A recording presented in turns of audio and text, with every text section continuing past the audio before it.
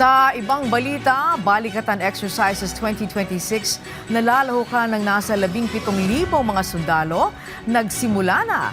At sa unang pagkakataon, kabilang sa mga lalahok dito, ang Japan Self-Defense Forces. Ang sentro ng balita mula kay Patrick De Jesus. Yes, Patrick. Angelique, itinuturing na pinakamalaking balikatan ang magiging pagsasanay ngayong taon sa pagitan ng Pilipinas at Estados Unidos na opisyal nang nagbukas ngayong araw.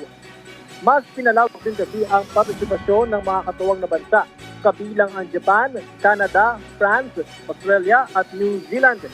Sa opening ceremony na isinagawa sa Camp Aguinaldo sa panguna ni AFP Chief of Staff General Romeo Browder Jr., inilahad ang opisyal na bandila, hudyat na nagsimula na ang balikatan.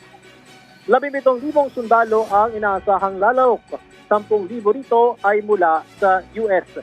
18 bansa naman ang magsisilbing observer kabilang ang mga bansa sa ASEAN, habang sa unang pagkakataon ay ang sa Netherlands. Ang balikatan exercises ngayong 2026 ay ang ika-41 iteration na tatagal hanggang Mayo sa loob ng 2 linggo. Isasagawa sa iba't ibang bahagi ng Pilipinas ang mga pagsasanay kabilang nasa West Philippine Sea sa isang multinational maritime activity. Highlight naman dito ang maritime strike na gagawin sa Ilocos, kung saan pupuntiryahin hanggang sa mapaluwog ang isang lumang barko ng Philippine Navy, ang PRP Quezon, gamit ang weapon system ng iba't ibang bansa na kalahok.